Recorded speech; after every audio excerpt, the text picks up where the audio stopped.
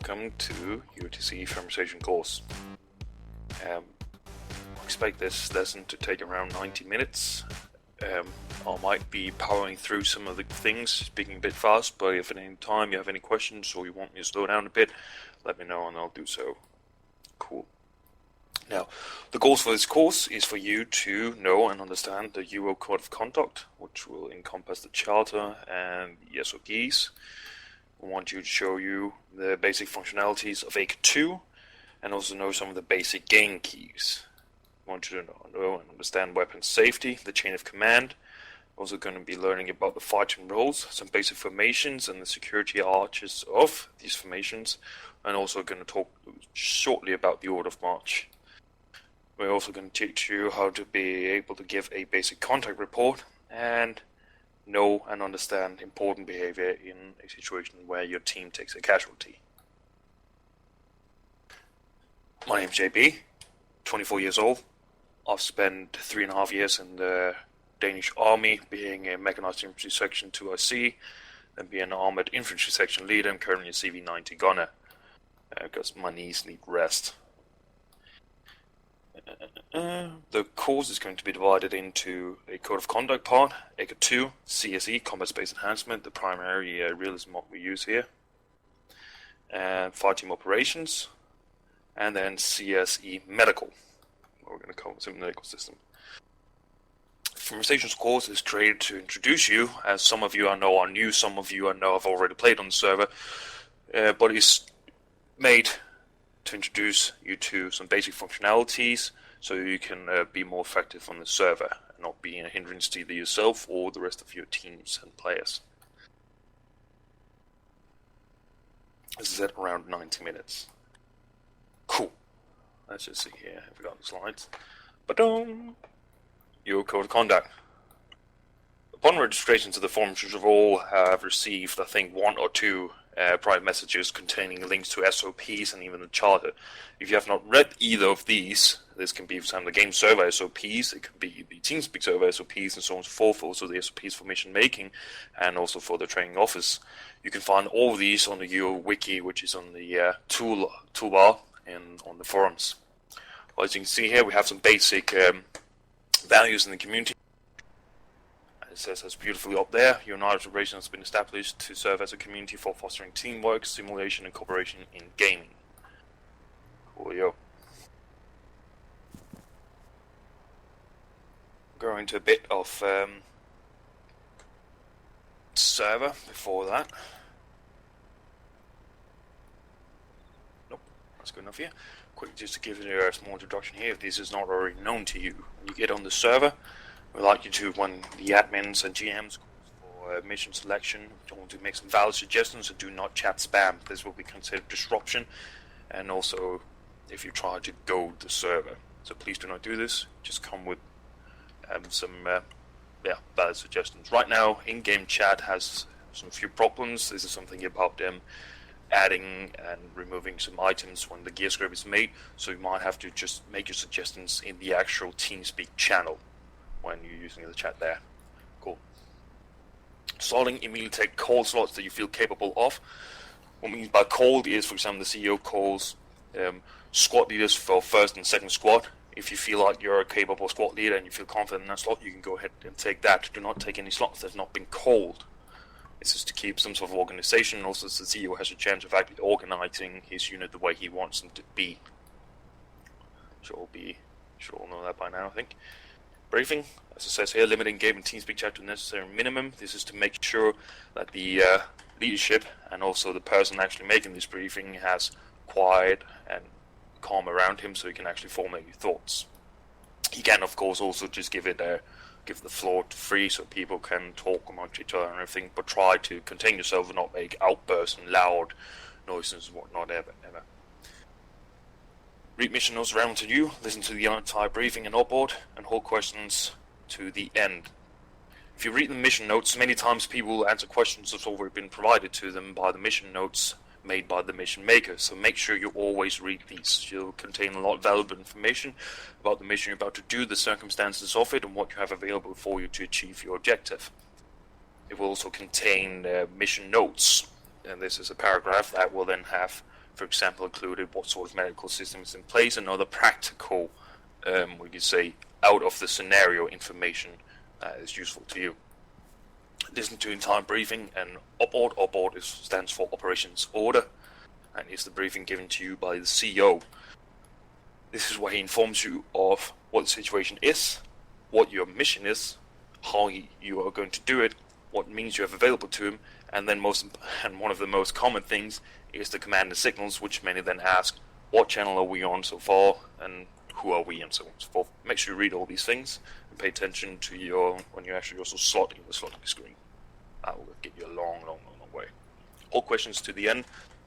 Usually by the end of each briefing, the CEO will give the floor to his leadership. For example, he can go and ask 1, do you have any questions? 2, do you have any questions? 3, 4, whatever call signs there are. If you have any questions during the briefing do you like to raise, a good idea would be to, for example, ask your team leader or your squad leader if could you take this up, could you ask the CEO this and that. Maybe the squad leader, team leader can already now explain to you how this is, and you get the answer without having to go all the way to the top. So if you can solve the issue or the question on the lowest level possible, that's definitely preferable. Any questions on the server? Cool. Silence is consent. More on the server. During the mission, maintain an atmosphere of professionalism, follow the orders of your leaders and superiors. This goes without saying, if you go out of these two bounds here, we're of course going to end up with something not separating us from many of the other dummy and vanilla servers around. Ramboing, of course, is not allowed. Avoid negligent discharges. For the love of God. G key in ArmA3 is not gear, it is grenade key. Your gear key by default is I for inventory.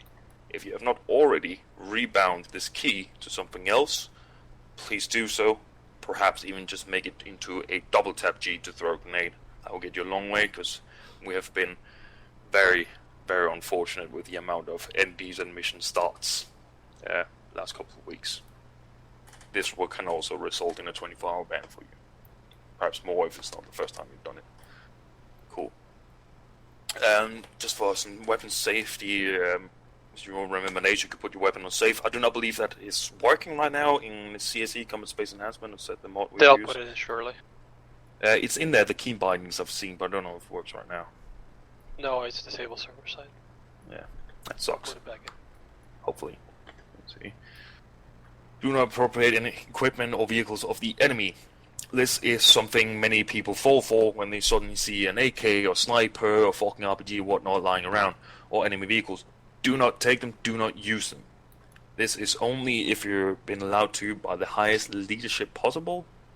For example, your platoon leader if you're in a platoon mission.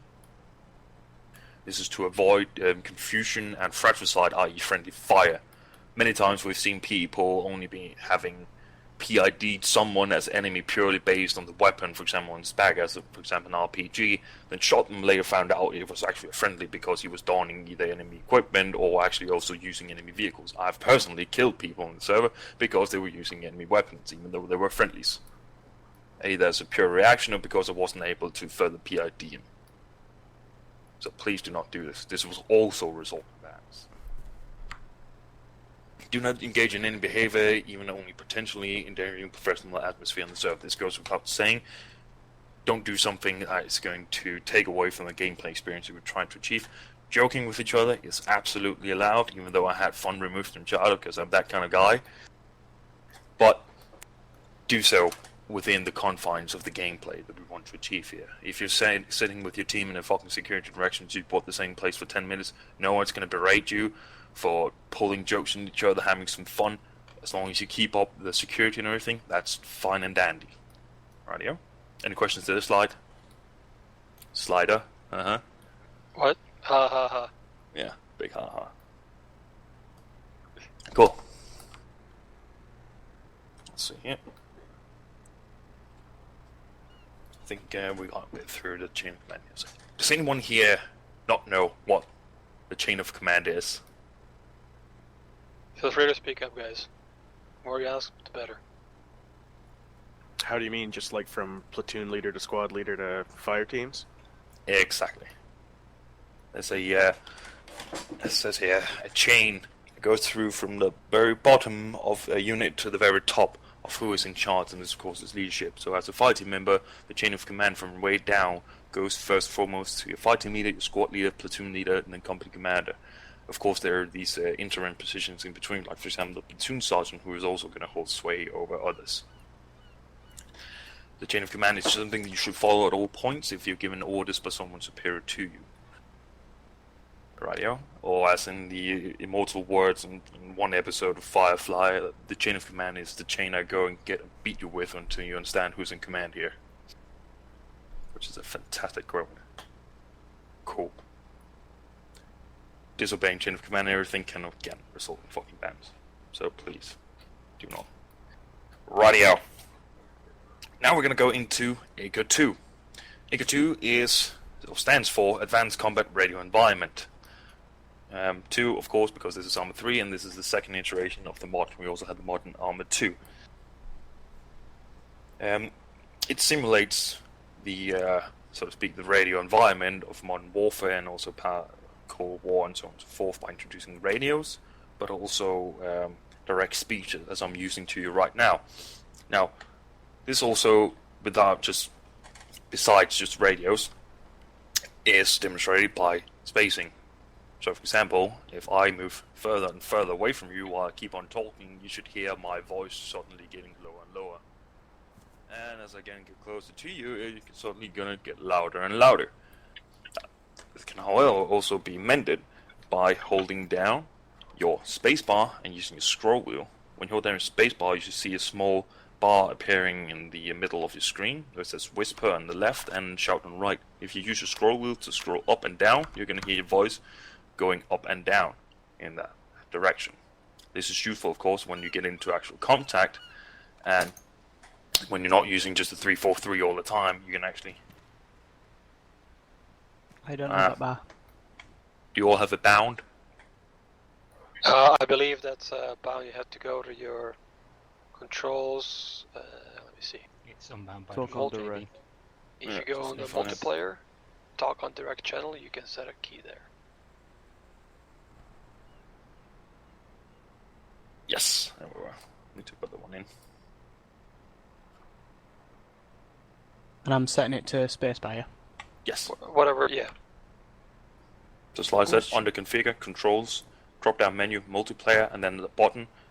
Unbind every other push to talk, voice or net, global, side, command, group, vehicle, and then at the bottom, talk on direct channel, down that to space, and then you can use the menu. The bar. Yep, got it. Right. Does anyone not have this? Sweet! Just Okay. before we move on, And we're going to have a quick look at some ACRE binds before we get into the radios. These are by default set. You can change them by pressing escape, going into configure, and then you see controls, configure add-ons, and from the drop down list you can then choose ACRE². From in there you can choose and rebind the keys as you see fit. Now I'm quickly going to go over them. By default, your radio push to talk is caps lock. This is the one, as you can hear, someone just did. If you push that button, people all of a sudden going to start speaking on the radio to you. If I actually choose the 343, I believe you all should be able to hear me now on the radio, correct?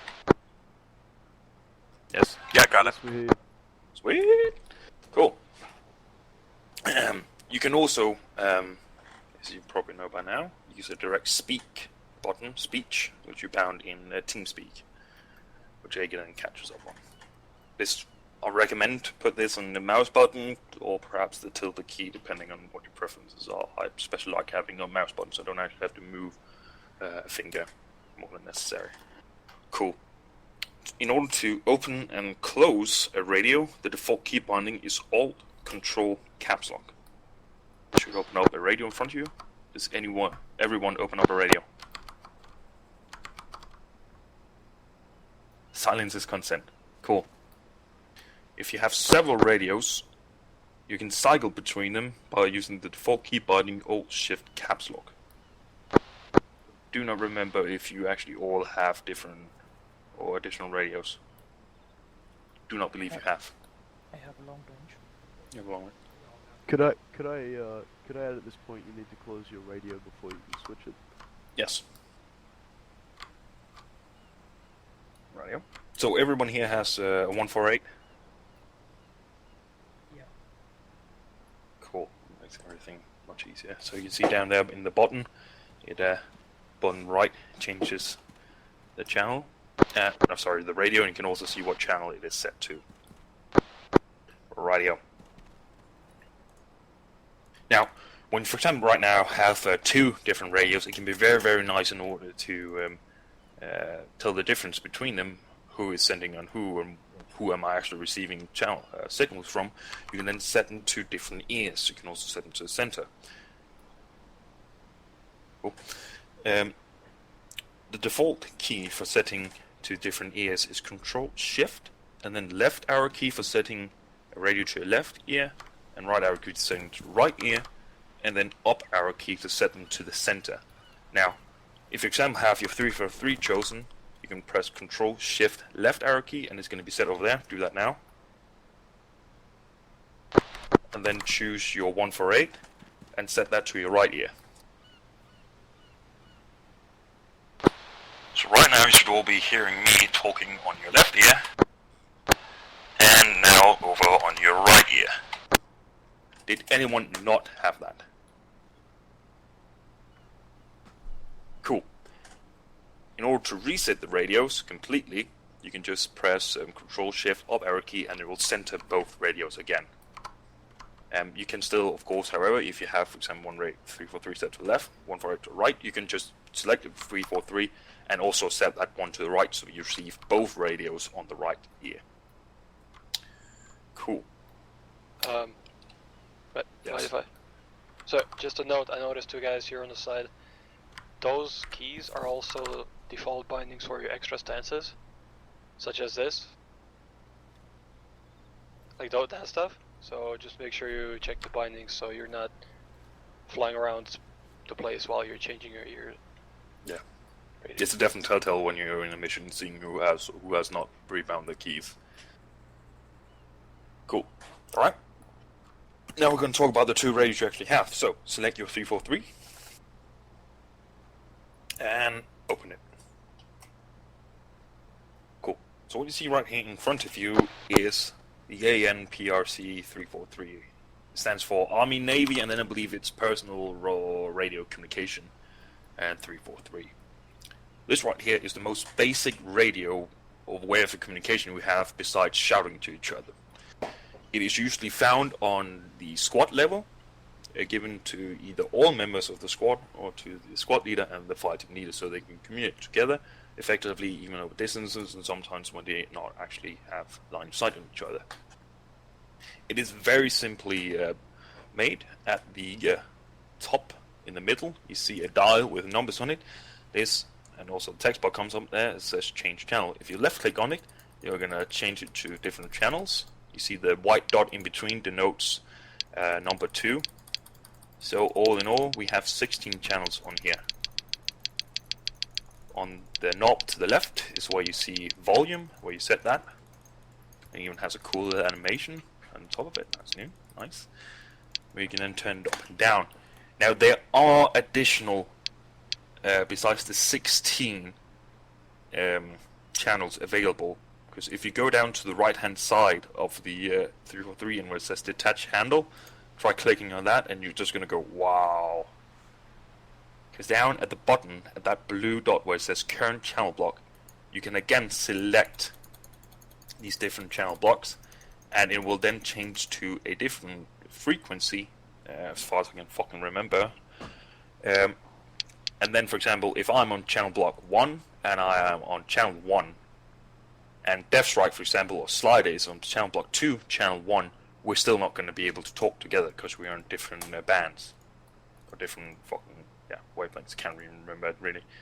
But, generally speaking, try not to fiddle with this. Mission makers will, most of the time, have this completely under control. Cool. So just click the handle again, and it's going to assemble itself. That is the 343, there's no power control. Exactly. Radio. So close down your 343, and now select your ANPRC 148. Cool. The 148 is probably the radio you're going to see the most when you start stepping into leadership positions.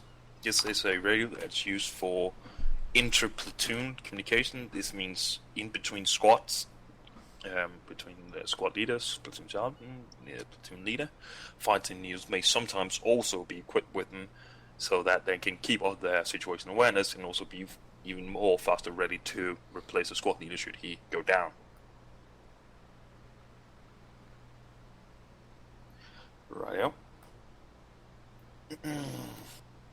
At the top hand left corner, you can see the volume knob, very easy, as before. And at the center you have the channel change again, which I don't remember how many channels this one have. A lot. Radio. Right. Let's see here. Some of them, we have additional radios.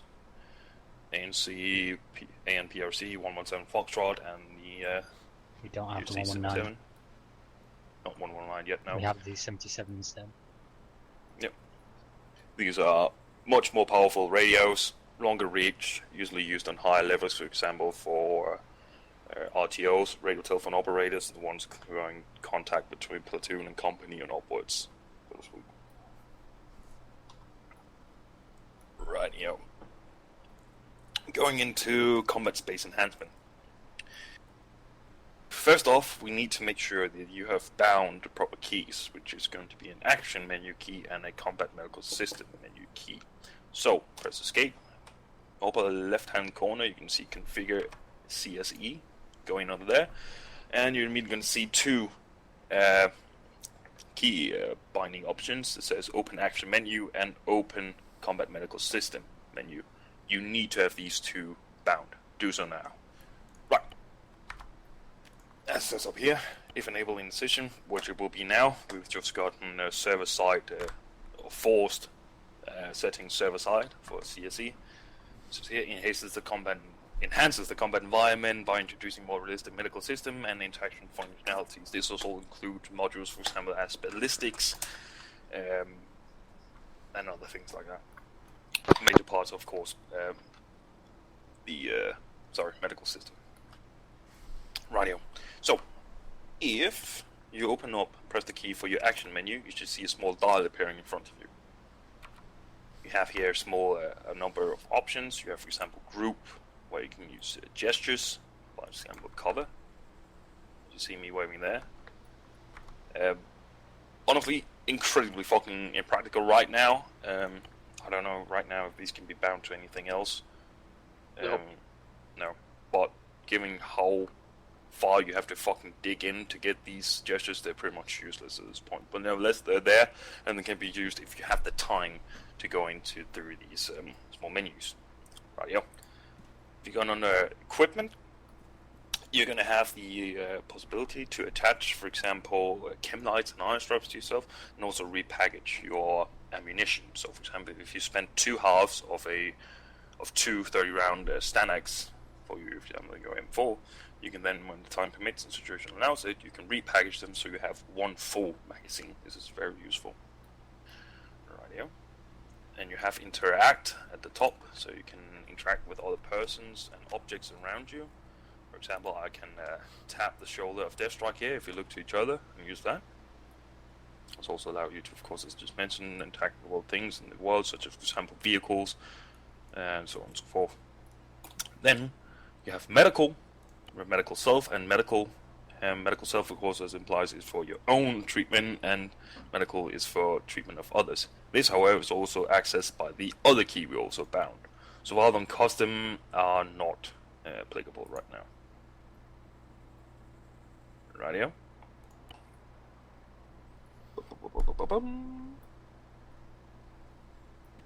Interaction, for example, can be also changing barrels on ARs, MGs, machine guns. Right. Press the other key that told you to bound your combat medical system menu, and you're going to see a triage card appear in front of you.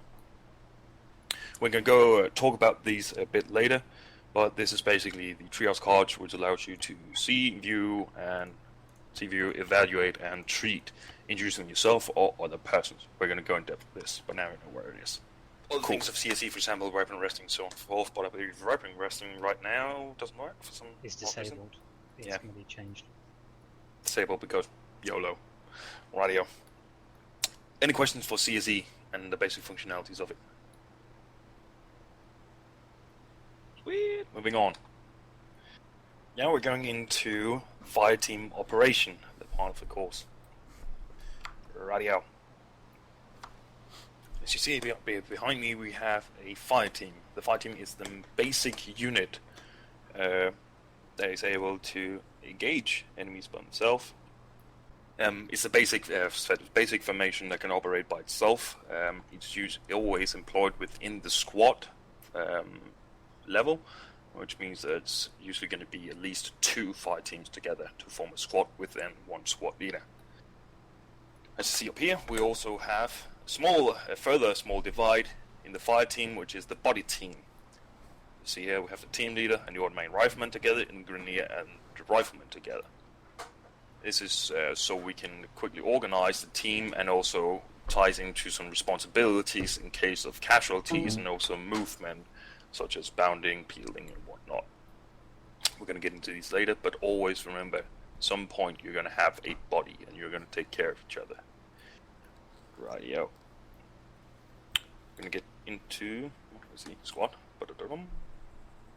Nice. Right, taking one back.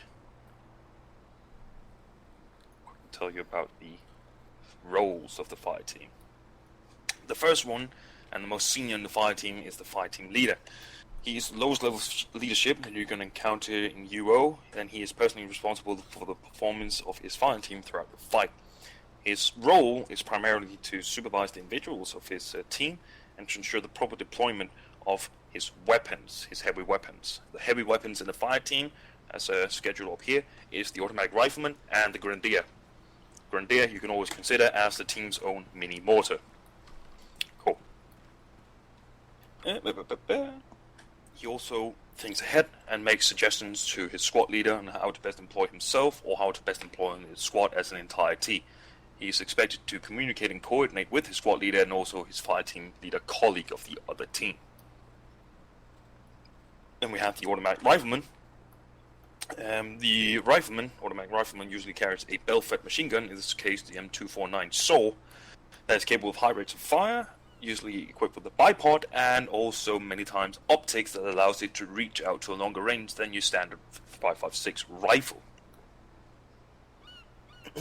Because of this high rate of fire, plentiful ammunition, accuracy, and optics, he composes approximately around 40 to 60% of the team's total firepower. So he is an absolutely crucial and important role.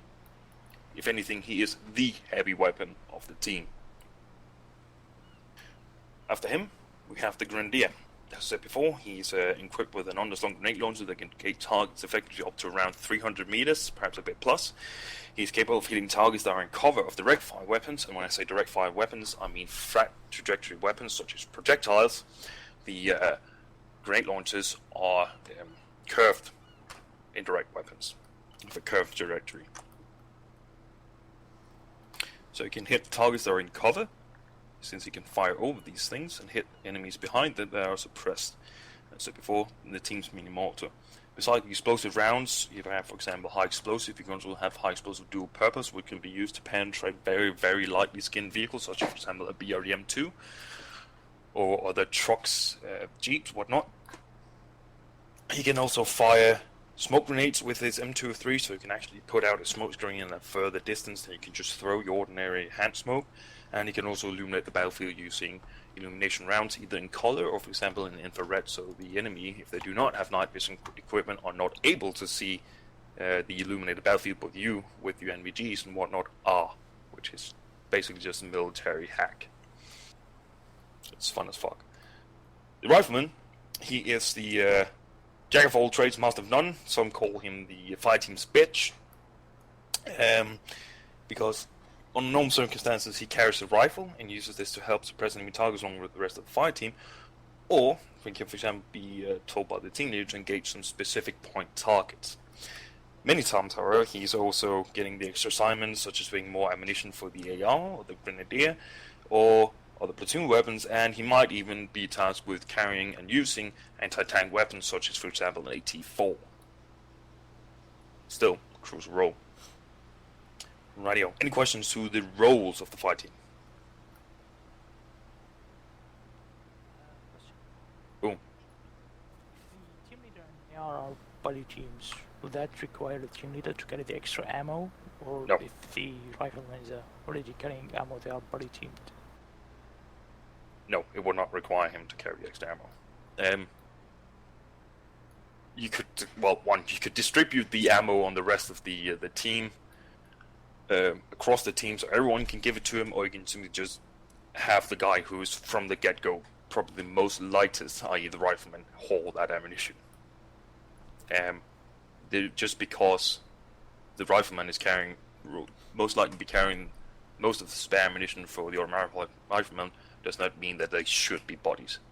If they were bodies, and this is a thing many people think, if they were bodies, well, then he didn't have to move so far. No, but he still have to move in order to give him all this ammo. So whether he's with the team leader or the AR, if the AR is with the team leader or the rifleman, doesn't really fucking matter in that sense.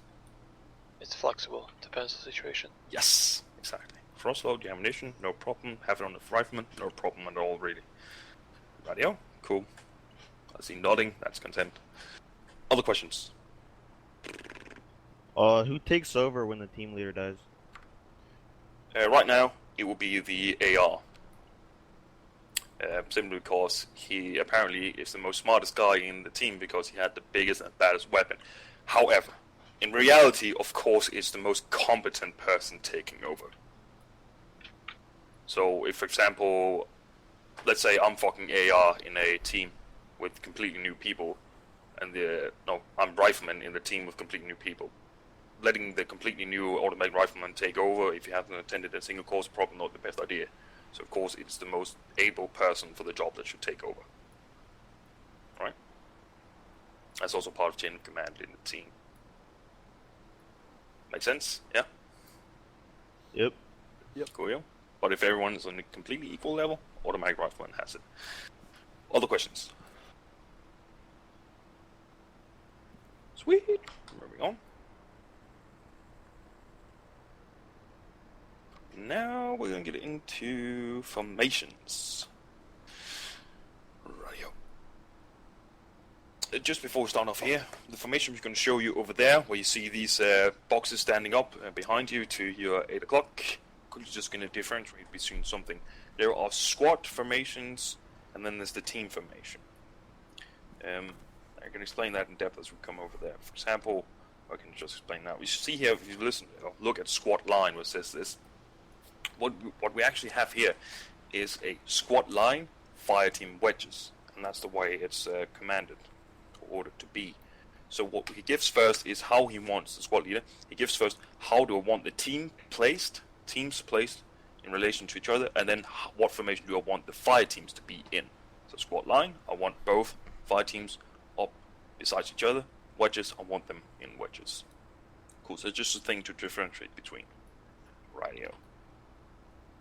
I'm just going to check the next slide to make sure. Yeah, nothing there.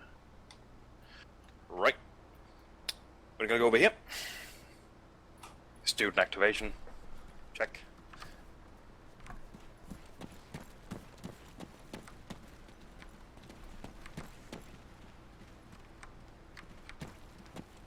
Cool.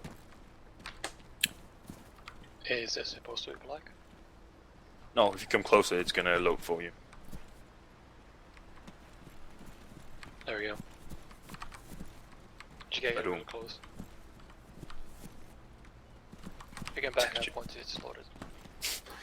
Cool. So, the first formation here we have is the fire team echelon. The echelon also exists on squad level, in platoon levels, and hell, you can even go further up with the echelon. As you see here, we have two variations. We have on the right side an echelon right, and on the left side an echelon left. Now, As you see here, the soldiers in front of you, make sure you can see in the wall, so you might have to step to the side of the sign. This is the way they're lined up. The movement direction is the way the blue arrow is pointing. Now, the pros of the Epsilon is good firepower to the sides, and also if you get this correctly and not just squeeze them in between each other so it's more of a file, but have them fan out a bit more, you can also get some pretty decent firepower to the front, and it's a fairly fast-paced formation. The cons, however, is weak firepower to the rear, and depending on how you squeeze it, you can also have weak firepower to the front. You would usually use the Epsilon when you're conducting a flank march to a known or suspected enemy presence. I.e., for example, if as in this team here, if they're in an echelon right, that will mean that the enemy is either on the right or most likely to be on the right, i.e. the most dangerous direction. So that's why they're moving in this formation here, because they still need to travel on, or they still need to travel the way they're going in order to either bypass the enemy or for some outflank them. But by adopting this formation here, they're also able to quickly turn to the right should they have the contact there and engage them. So, as I said, usually used when you're conducting a flank march or moving on the sides of an enemy. Rightio. Variations left and right. Rightio. And as we have here, team leader, front, left, automatic rifleman, front, grenadier, front, and then we have rifleman at the end, front, right, and rear. That's the security directions for them. Right. Questions for the Epsilon? Next formation over.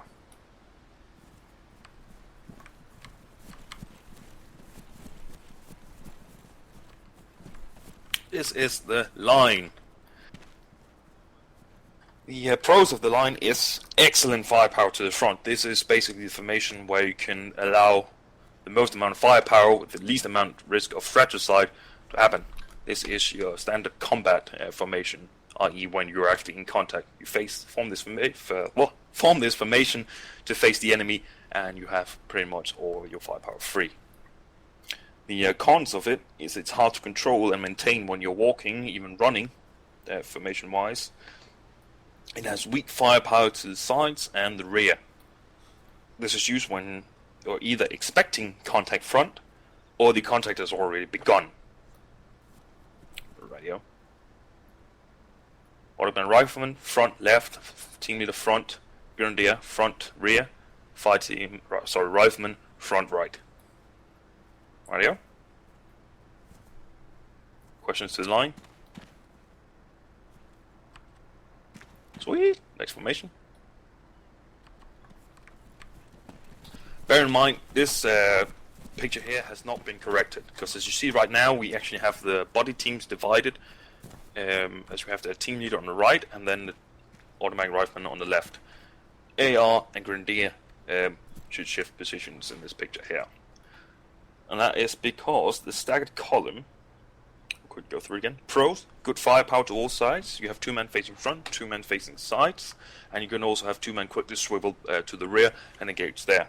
So it's pretty good. Firepower wise, it's pretty good 360 coverage you have there.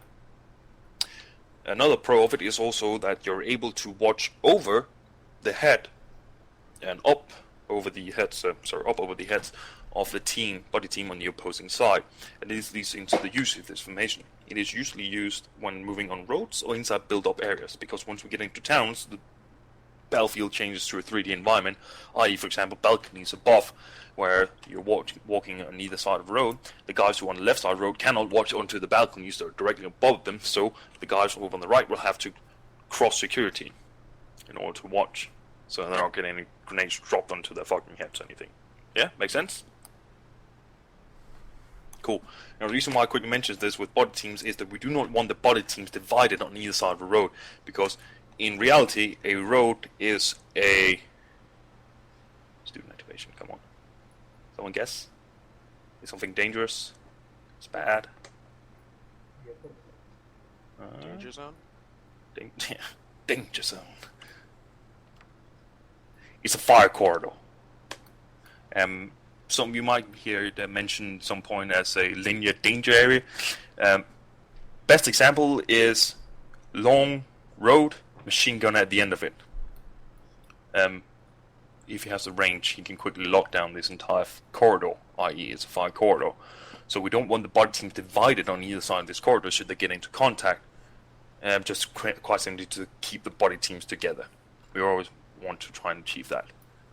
Right? Does that make sense? Yep. If there's a machine gun lying in the middle of the fucking road down by the end of it firing alongside the road, you're not cut off from your body. Yes. Sweet. Next formation. Sapphire. Sometime you're absolutely going to hear this called a column. And while the column and the file are geometrically the same formation, it's two different things on the two different levels. It is always going to be a file on the fire team level, and when you get up to squad level, it's going to be a column. So for example, if I were the squad leader, I could say a squad column, fire team files, then we will all be in a straight line down. Right? See here. Pros and cons of it is easy to control, very fast pace. Actually, it's probably the easiest fucking formation to control for a fire team leader. It has excellent firepower to the sides because you're quickly able to turn to your side if you should get a contact there, and then you will automatically be on what sort of formation? The line. The line! Fantastic. It, however, does also have, as I mentioned, weak firepower, or as I'm going to mention, sorry, weak firepower to the front, only by one guy, weak firepower to the rear, by only having one guy there. Usage. You should use this formation when contact is either unlikely or you're moving through channelizing terrain, i.e. Something where you simply cannot go up on a larger and wider formation. Right. Questions? Alright. Fighting near the front. AR right, Grenadier left, Rifleman right and rear. When you're walking on formations like this, for example file or column, it always goes front man front, then second man right, left, right, left, right, left, right, left, right, left, right, left, all the way down until you reach the last guy who then has a side direction and then rear. Right? Questions to the file? Or you can file it on the forums. Hey-oh. Right, next formation. So many puns.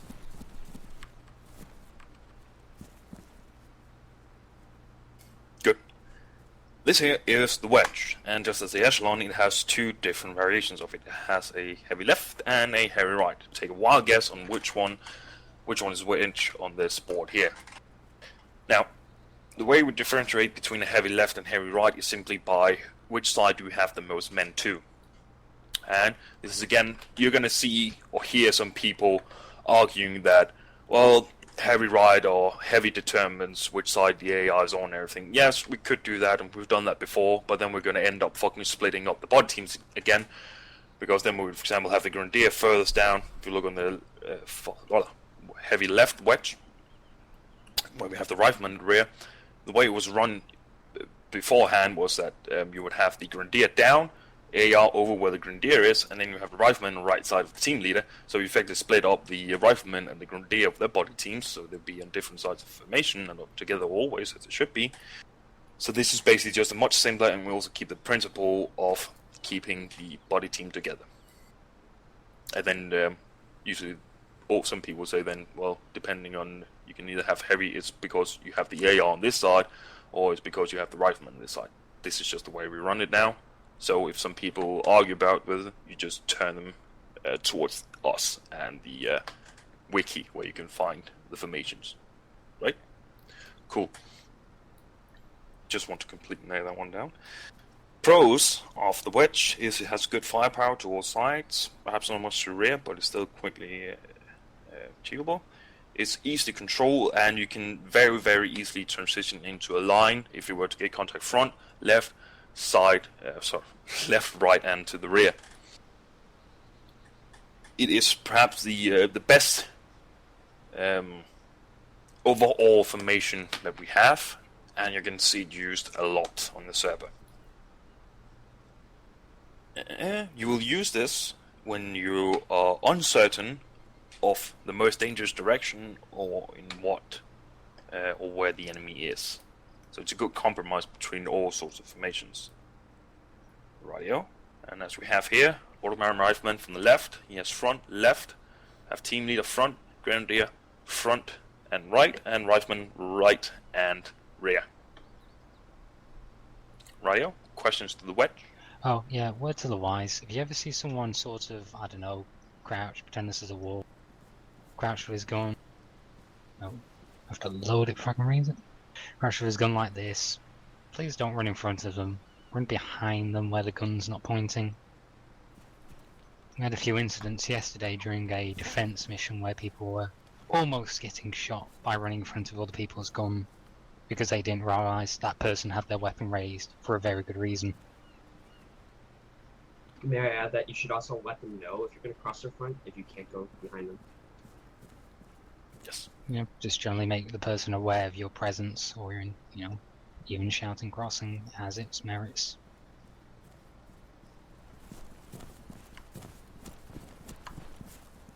We got our 2 FK. Yeah. Is my touch? I don't know. Yeah, it's clear. I've been missing all last 2 days.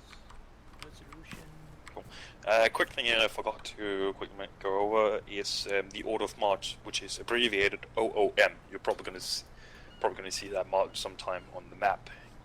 The order of march is, of course, as it implies, an order in which we move or position in a given formation. For example, the formations you've seen here before, the 5, for example, is one way to have an order of march, and it's the standard. During your missions on the primary, you might experience a fighting leader or squad leader changing an order of march based on a personal preference. I, for example, also have a personal preference for how I want the team's order of march to be. So it's very important you keep note of this, and also make sure you keep the order of march. For example, if you are on a, let's see here, slider, Enix, left, right, come here with me, form a file, left, right, front, Enix behind me, slider to the rear.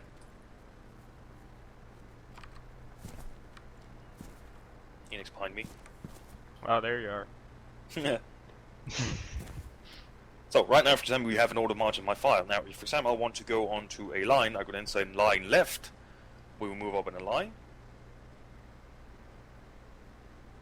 Line left. Yeah. There we go. Something Left, NX. Yeah. No, I'm Cool. Annex, get your shit together. Come on. No, slide. For fuck's sake, you're ruining this for me, guys. Slide, you stay there. NX on the far right, and we still keep the same order of march, but we adapted another formation.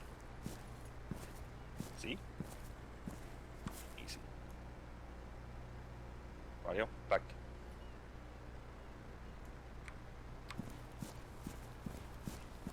Cool, yo, everyone's back. Are there any questions on anything we've covered so far that suddenly popped up in your head?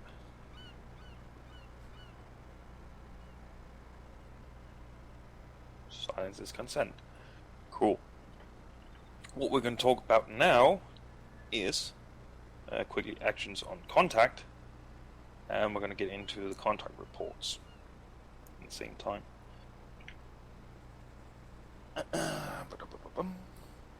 I see up here, action on contact, on enemy sighting, engage immediate threats, communicate the known or suspected enemy positions. Now, let's say we're walking down some sort of fucking forest. All of a sudden, we get shot at. What we want to do here is to first, 1, fall down into the security direction that you have, and then seek the closest cover to you. Immediately suppress confirmed or suspected enemy locations. If you see the enemy, then you give them a contact report. We will cover that in a short while. And end state is the team forming a line facing the enemy contact, and you will then hold and be ready to receive further orders. This could, for example, be orders to assault or disengage using bounding maneuvers, which will be covered in the Fireteam Operations course. Cool, so I'll reiterate, say again, actions on contact, you'll be engaged, fall down to security direction, seek closest cover, immediately suppress the confirmed or suspected enemy location, give contact report if you see them, form a line facing the enemy, you're ready for further orders. Radio. This quickly also ties into a very, very, very important principle we have, which is echoing orders. It is a small thing, so to speak, but it is so absolutely crucial. Now, echoing orders is a fundamental buildstone for an effective fire team and even an effective squad, effective any fucking unit. You must repeat the orders, the reports, and commands given to you either by your leaders or echoed to you by others. If you're not doing this, it's going to result in confusion, slow and wrongful execution of drills and maneuvers, and many times, as seen on the server, it's going to result in fire team members either being left behind or completely unattended in the case where they have been wounded. So every order, report, or information that is given to you by others or you yourself obtain, echo it to the others. Literally repeat it so everyone gets it. That's also something you're going to hear as called passing it up and down the line, so to speak. This is crucial. Rightio. Moving on to the contact report, you can see a small example of it down there. Cool. So, the contact report. The contact report is used to point out enemies in the terrain. And for this we use a format which we call the 3Ds, or 3D. These stand for direction, distance, and description. When you're about to give a contact report, you always preface it with the word contact. You do this to gain the attention of your team and everyone around you so they know you're about to pass on. Description. Yes, it's on the fucking board. Everyone should just be falling over your toes telling me it. Cool. So, the first one, direction. Direction you can use, for example, front, left, right, or rear, if that is where the contact is. And this is usually used when the contact is close. Close means under 50 meters. When they're so close you don't really have time to figure out what fucking cardinal direction. Are they north or northeast, or are they actually east? It's just fucking front, left, right, rear. And it's so close that it should be evidently obvious where the enemy is. Cool. Then you can use cardinal directions such as north, east, south, west, and then subdivide further into north, east, south, west, and so on and so forth. When the contact is above close. So above close is above how many meters? 50. 50. Boom. Have a piece of candy. Right. That's direction. Many times, sometimes on server, you're going to hear people calling out using the compass to gain bearings and so on and so forth. Bit too tedious, and if you just keep a general idea of where north is, you can much more quickly acquire the enemy or give the direction. Cool. So, direction. Moving on to distance. We have 4 agreed upon ranges, types of distance that we use. We have close, which is under 50. We have near, which is between 50 to 200 meters. Mid, which is 200 to 600 meters. And far, which is 600 meters plus. I'll say again. Close, under 50 meters. Near, 50 to 200. Mid, 200 to 600 meters. And far, 600 meters plus. Keep these in mind. At close, all the team's weapons are going to be effective. Near, all the team's weapons are going to be effective. When we reach mid is when rifles start to become less effective. Grenadiers with their M23 becomes less effective. Because what were the effective range of the M203 40mm grenade launcher? 300. Boom, 300. Have another piece of candy. And once we get out too far, it's usually only the machine gunner or the automatic rifleman that's going to be affected out there, because they have what, for example, on their weapon? The scope. Scope. And a bipod.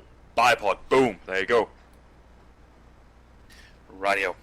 So, that was the distance. Then we move on to the final D, which is description. During this, you call the enemy's size and type. This is meant by, for example, it's good to know whether or not it's just one infantryman you're seeing. It might be an enemy fire team, or holy shit, there's a goddamn armored panzer division coming our way. That sort of information is very, very relevant, knowing the size of the enemy that you have spotted. Then we also need to know the type of enemy. Is it infantry? Is it an APC? An infantry fighting vehicle? APC, for example, could be a BTR, 60, 70, 80. An RFV could be a BMP, a Bradley. Stands for infantry fighting vehicle, if you're not aware. Or we're getting into tanks, such as M1 Abrams, T-80s, T-72s, whatnot. These are very important, so we know how large is the threat we are facing, what sort is it, and how can we actually counteract it. The other part of description is you can specify the enemy location by using terrain features to, so to speak, walk your team onto the enemy target. So, call the enemy's size and type, walk your team onto the enemy location by further describing the terrain which they are. So, for example, let's see, a contact report I could give, for example, be contact southeast, mid, top of the hill, lighthouse, 1 times enemy infantry.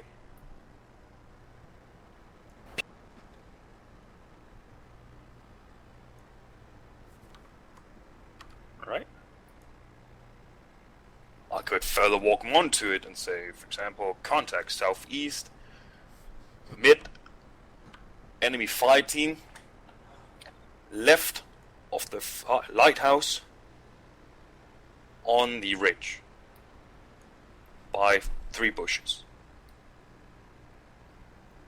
Even further walked onto it.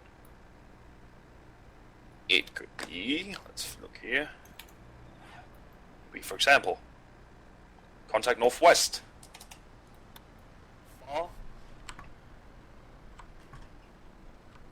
Enemy infantry section, 1 BMP, position in 2-story house, no roof on top, and we should all have that. Is anyone in doubt of where that enemy section of BMP are? So I'm saying enemy infantry section inside house, BMP right side of house. Right?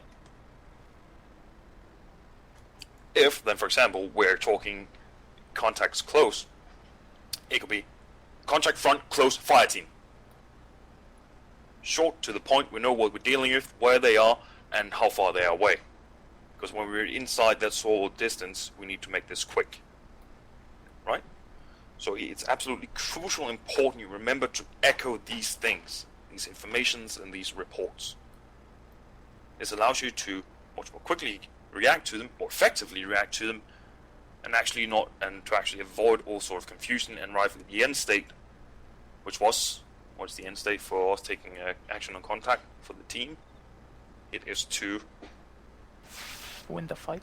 Superior power. Form a line. Boom! Another piece of candy. Damn it. I want the candy. Radio. Are there any questions for the contact report 3D?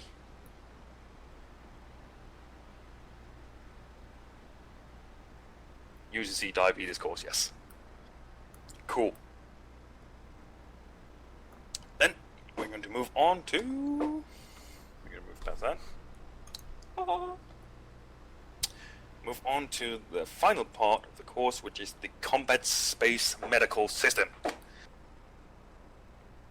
Now, it wouldn't really be a military simulator or a tactical game community if there's not one way to properly simulate And when you say introduce the aspect of what sucks the absolute most in combat, and that is to get fucking hit.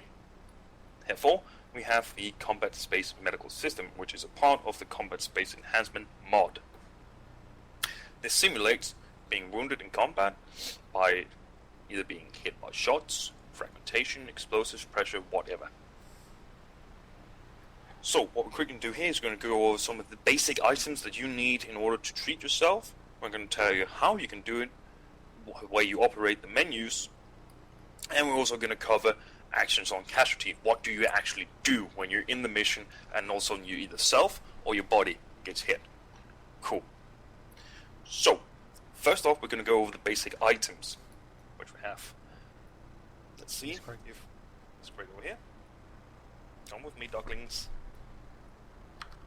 I want you to go into this crate. I want you to grab one tourniquet, one quick cloth, one elastic bandages, basic bandage, packing bandage, morphine, epinephrine, and a first aid kit. You should be able to fit it all into you.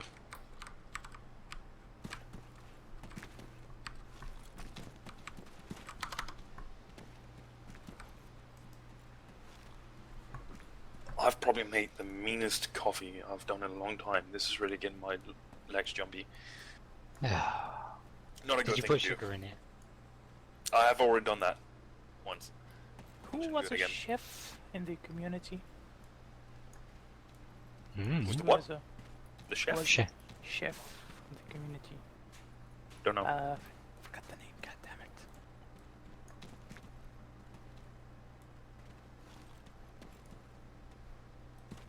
Right, when you've all had... right? Seems like he tripped off. Be careful, bro. Fucking Wade going on vacation, like fuck this shit. Got a tan. Tanning time. Right, once you've all got that kit, as I said, one tourniquet, a quick cloth, elastic bandage, basic bandage, packing bandage, morphine, epinephrine, first aid kit. Let's go over to the desk again. X isn't being tactical as fuck. Crouch all the way over. Maybe those students won't notice him. Cool. So, we're going to go over the items that you have in your inventory right now. First off, the tourniquet. Now, the tourniquet can only be applied to your arms and your legs if you were to get wounded in them. You can quickly open up your the Triage Cards, your combat medical system menu, as we see before. Just to have something to look at in the meantime. Or, actually, your inventory list, if you want to. The tourniquet is an item we use to stop bleedings from intensifying, which means that it does not stop a bleeding or slow it, or slow an already open wound, but it prevents it from further escalating. This is a quick use item. Let's see, I think I actually have it under here somewhere. Basically, this is I don't have the time to properly treat myself or anything, but still do not want to fucking bleed to death. Slap on a tourniquet, continue the fight, or move to another place where you can actually treat yourself properly. Alright? So it's sort of a stopgap measure. Easy to apply, prevents your wounds from escalating. Okay? In real life, they hurt as a motherfucker to be put on, because they literally cut off the blood flow to your entire limb of where it's placed. And no, you cannot apply it to the necks of people you do not like. Believe me, I'll try it. Then, we have the quick cloth and the elastic bandages. These can close smaller wounds in one application. In order to close larger wounds, you will need to apply several of them. And just to quickly specify this, there's three different types of wounds in CSM, Combat Space Medical. There's a small, medium, and large wound. Of course, goes without saying that the larger the wound is, the more fucked you are because you bleed much more. And it's also going to require different, larger bandages in order to properly stop from bleeding, or many of the smaller. So, as I said, quick cloth or elastic bandages can close smaller wounds in one application. Larger wounds, medium and large wounds, will require several items of it. Then we have the basic bandage. Basic bandage can close a medium and small wound in one application, a large wound will require several of basic bandages. Packing bandage can close all wounds in one application. So this packing bandage will close a large wound first time. You then have morphine. Morphine lowers your heart rate and treats the pain you feel after being hit. Pain is seen as a white flashing from the outside or from the edges of your screen, flashing inwards. That's how you know you're in pain, and your character will probably also be groaning. Cool. Epinephrine increases the heart rate, and this helps to resuscitate unconscious players. Unconsciousness will either occur if you're experiencing way too much pain, or you're simply taking one big fucking hit. Radio. The first aid kit is when a casualty have all wounds bandages, it has a stable heart rate, and you can use this kit to restore the hit points or health points, and ensure that the wounds won't reopen. Because in CSM, Combat Space Medical, if you, for example, just bandage your wounds and that, and then you suddenly start doing a fucking 200-meter sprint, well, funny enough, your wound's gonna reopen again. So, once you've been hit, just because you've bandaged your wounds, does not mean they cannot spring up again. There are, for example, as mentioned here, the first aid kit that can treat this, so it won't reopen again. There's also a sewing kit, but that's not really important right now. Cool. So, if you open up the medical menu, do that.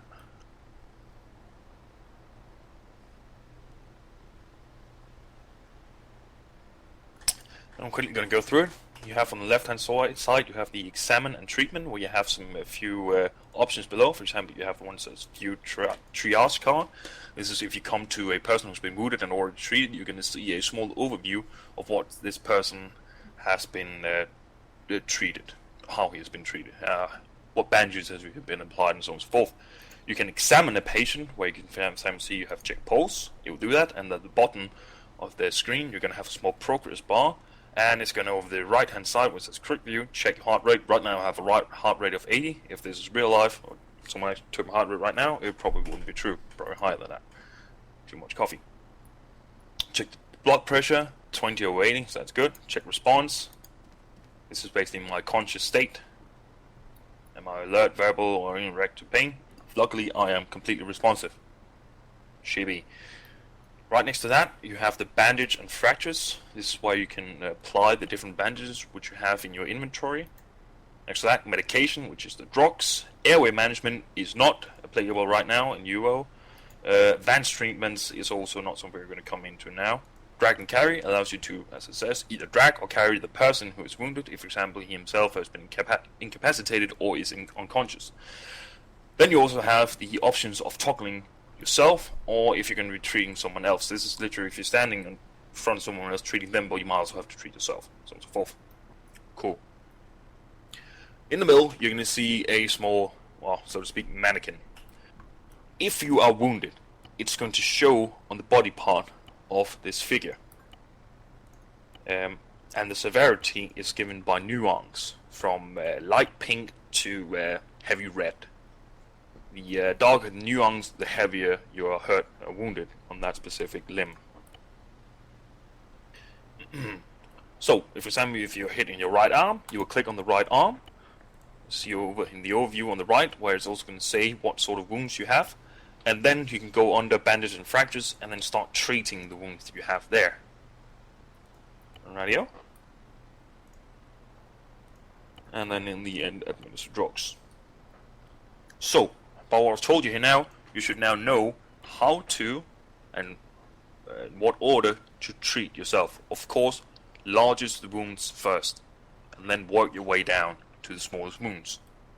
There's no point in spending your supply of medical items on spending up the small wounds when you then suddenly get up to the sucking chest wound you have in the middle of your fucking torso, and you're completely out of, for example, the packing bandage, which will close what wounds? All wounds in one go. If you spend that on, for example, a medium or a small wound. So, largest wound first. Radio.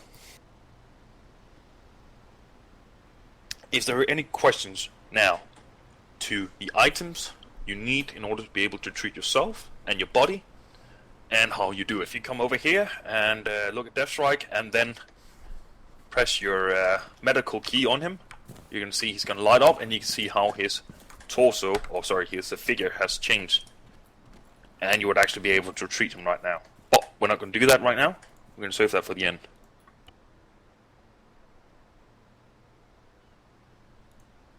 Everyone see that? So who changed him to minor? I did. That's not nice. Yeah, he's dead now. He can take it like a man. Cool. Alright. At the end of this, we just have one more part to cover, and we're quickly gonna, well, see if we can actually treat each other, because the last time we tried this, just a shot in the fucking toenail would insta-kill a character in here, so it'll be fun to see if that actually works this time. But what we're going to talk about now, beforehand, is actions on Casualty, which you can see up here. So, actions on Casualty. When the squad receives a wounded, it enters what we call Tactical Combat Casualty Care, abbreviated to TCCC, or sometimes referred to as TCCC, Tactical Combat Casualty Care. And TCCC is a procedure of what needs to happen and the tactics available to either the fighting leader or the squad leader in order to achieve the things that need to happen. And when I say Tactical Combat Casualty Care, I'm not talking about the herder tactical da-da-da. I'm literally saying this is a tactic. Right? It is divided into 3 phases.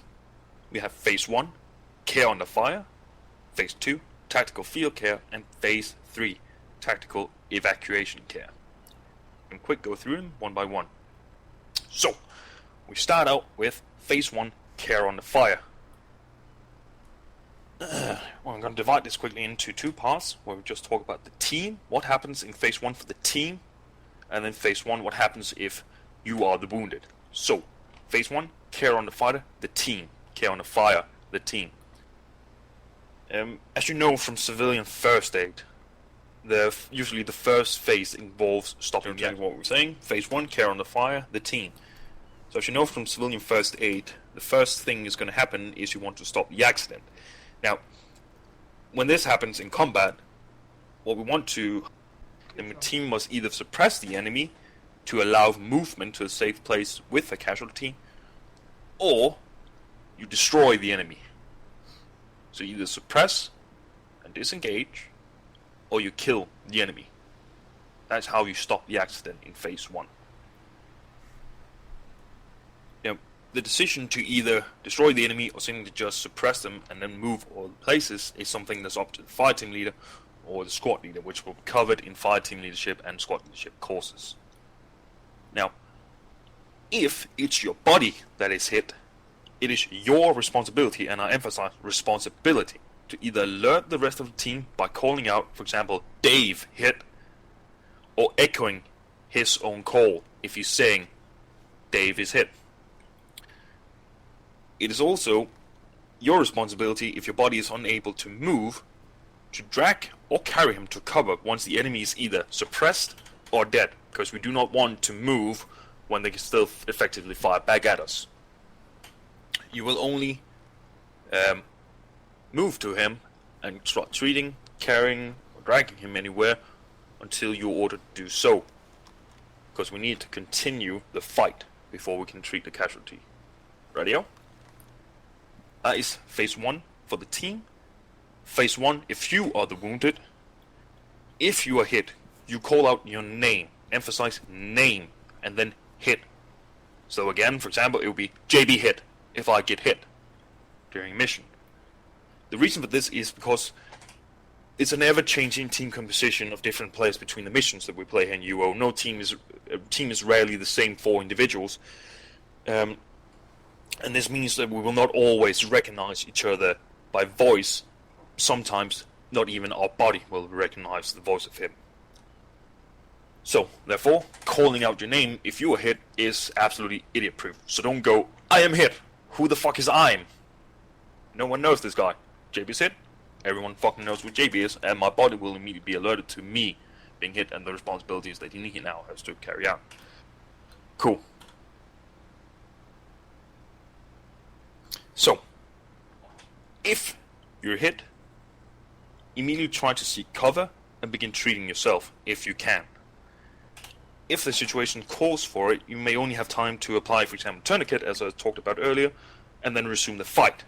Now, this can happen if, for example, the enemy is assaulting you, or you're assaulting them, or the team needs to break contact immediately. In either case, we need you up and mobile, if you're able to actually move yourself, so you can quickly slap on the Tourniquet, stop it from worsening, and then we can treat you later on once we're out of the contact or the enemy has been completely destroyed, because we need all the firepower we can get in order to get out of this shitty situation. Cool. Did everyone understand phase 1? Care under fire for the team, and if you are the wounded. Yes. Did anyone not get it? Now's the fucking time to ask. Sweet. Moving on to phase 2. Tactical field care. Now, in order to begin phase 2, we have a rule of thumb that the casualty and the player treating the casualty must be in cover of flat trajectory weapons. What are these? These are Bullets. bullets, projectiles, exactly. Mortars, your fucking grenade launcher are all, as we said, indirect fire weapons. Now, most often, it is the body treating his own body, i.e. the body team treating each other. But the phase can also occur when, for example, in some units you might have a specific medic within the section called a combat lifesaver, or for example it might be the platoon medic that is going to treat a casualty of the squad behind the squad. Now, this is either because the team hasn't been able to properly deal with the casualty, because, for example, medical supplies being limited or run short of, or they may not have the necessary items to completely treat the person. Or, for example, they simply only have time to drag him back, and then their body have to resume the fight with his team or his squad. So, phase 2, in cover, most likely going to be a body treating, well, bodies treating each other, or it could be, for example, platoon medics treating the casualty while you yourself return to the fight. Alright? Phase 2 is where we stabilize the casualty and continue and do as much treatment as possible. Then we have phase 3, which is tactical evacuation care. And this is if the casualty cannot be fully treated or healed in the field, or the medic, for example, cannot come to you, then you may need to evacuate the casualty collection point, abbreviated into the CCP, casualty collection point. There, the casualty will be treated by the medic's presence, or, if for example the logistics of the mission supports it, be evacuated further up the chain by either foot, vehicle, or aircraft to, for example, a field hospital. So, that is the 3 phases. Phase 1, care on the fire, win the firefight. Just remember this. Phase 1, win the firefight. Phase 2, treat the casualty. Needs to be in cover. Phase 3, evacuate the casualty further up to either platoon medic or others if you're not able to fully treat him yourself. Rightio. And I need to say this and emphasize this. When you get onto the mission server, when you start playing missions, if there is a casualty, do not cluster on the casualty. Bodies take care of their bodies. Don't start fucking around with everybody else. It's just one big rewarding target, and it's an absolute textbook example of how to kill a lot of people in a very small area. It's when they start clustering up on the same casualty, like 4 or 5 guys. Shit you not, I've seen 10 guys sitting, kneeling, looking down upon the same fucking guy lying down on the ground while there's a firefight going on. It's not the way to do it. Bodies treat bodies. If they're not able to, they're going to be radioed further for the platoon medic, and in the end, evacuated further if needed be. Cool. What is phase 1? If I can quickly... Win the fight. Care under fire. Care under fire. Win the firefight. How do we win the firefight? Shoot By. them. Shoot them, Suppress or kill them. Failure. suppress or kill the enemy. 18. Phase 2, Start. treat. Treat. Treat the casualty. Yes? Yep. What must the casualty and the player treating the casualty be in? The Cover. buddy team. Yeah? So, revenge, is that something? Cover. Cover of. Direct fire. Boom. Flat trajectory weapons, yes. Direct fire weapons. Phase 3, Apply Gas Hello Kitty bandage. something you move them somewhere. CC. Gas evac. Casevac. Evacuation. Evacuate the casualty for further treatment. Either to the, for example, the platoon PP. CCP. CCP, which stands for someone else but revenge. Casualty collection point. Boom. You would usually find who in your platoon there? Medics. Platoon medic, exactly. If they cannot treat them and the mission logistics supports it, what might then happen with the casualty from there on? Casevac to a Casevac. station. Boom. Casevac stands for casualty evacuation. Sweet.